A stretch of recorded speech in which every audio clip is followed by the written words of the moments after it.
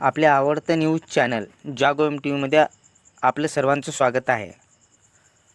18 कोटी झाडे लावण्याचा संकल्प 2047 पर्यंत 300 कोटी झाडे लावण्याचा संकल्प असे राज्य शासनाने जाहीर केले आहे। परंतु जिथे झाडे लावली आहेत त्याचं संगोपन होत नाही, ही मात्र खरी वस्तुस्थिती आहे। सामाजिक वनीकरणाची ही नर्सरी आहे आणि ही जी नर्सरी आहे या नर्सरीमध्ये अनेक झाडे हे उगवतच नाही, कारण त्यांचं व्यवस्थित संगोपन नाही। सर्व झाडे हे पाण्याअभावी मरत आहेत, अशीच परिस्थिती या नर्सरीमध्ये झालेली आहे। ही नर्सरी आहे भुरकुलवाडी, तालुका हिमायतनगर, जिल्हा नांदेडची ही सामाजिक वनीकरणाची ही नर्सरी आहे। इथे जागो MTVने सर्वे केला असता सर्व झाडे हे पाण्याअभावी मरत आहेत। या झाडाचं संगोपन होत नसून या झाडाची हत्या होत आहे असंच इथे दिसत आहे।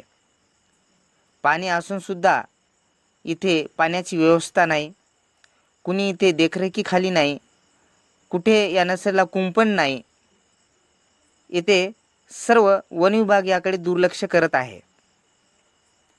राज्य सरकार सांगत आहे की झाडे लावा झाडे जगवा या उपक्रमाद्वारे अनेक उपक्रम राबवून झाडाचं संगोपन करण्याचा प्रयत्न करत आहे।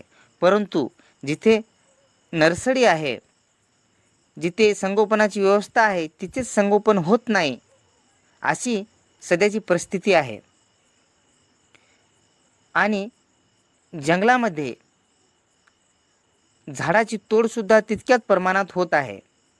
शासनाने याकडे त्वरित लक्ष देऊन झाडाचं संगोपन करावं आणि हे गैरी झाडं लावण्यापेक्षा जर जंगलामध्ये फळाची झाडी लावली तर एकतर वन्य प्राण्याचं सुद्धा पोटाचा प्रश्न मिटतो आणि जे वन्य प्राणी आहेत ते आसपासच्या शेतकऱ्याला त्रास देत नाहीत, कारण त्यांच्या पोट्या पाण्याची व्यवस्था होते। पण सरकार गैरी झाडं लावून कुठेही त्या झाडाचं चांगल्या प्रकारे कामाला येत नाही असे झाडे लावत आहे आणि त्याचं संगोपनसुद्धा व्यवस्थित करत नाही। येथील स्थानिक नागरिकांची अशी मागणी आहे की या सामाजिक वनीकरणाच्या नर्सरीचं संगोपन करून चांगल्या प्रकारची झाडे, उच्च दर्जाची झाडे, फळाची झाडे लावावीत, अशी येथील नागरिकांची मागणी आहे।